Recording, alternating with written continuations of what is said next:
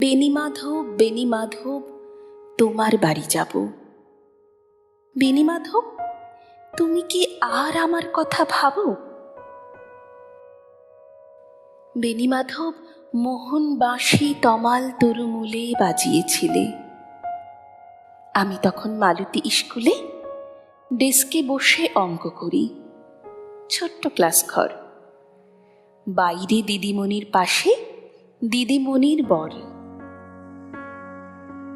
আমি তখন নবম শ্রেণী, আমি তখন শাড়ি। আলাপ হলো বেণীমাধব সুলেখাদের বাড়ি। বেণীমাধব, বেণীমাধব লেখাপড়ায় ভালো। শহর থেকে বেড়াতে এলে আমার রং কালো।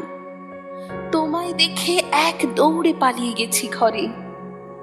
বেণীমাধব, আমার বাবা দোকানে কাজ করে।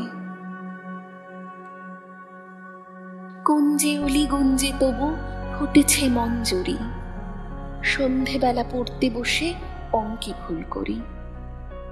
আমি তখন নবম শ্রেণী, আমি তখন 16। ব্রিজের ধারে বেণীমাধব লুকিয়ে দেখা হলো।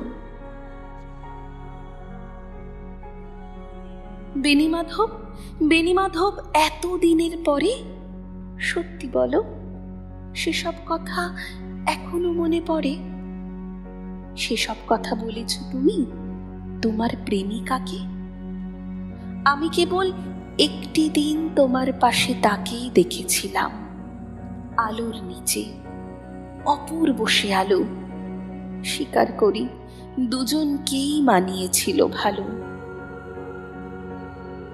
জুড়িয়ে দিল চোখ আমার, পুড়িয়ে দিল চোখ।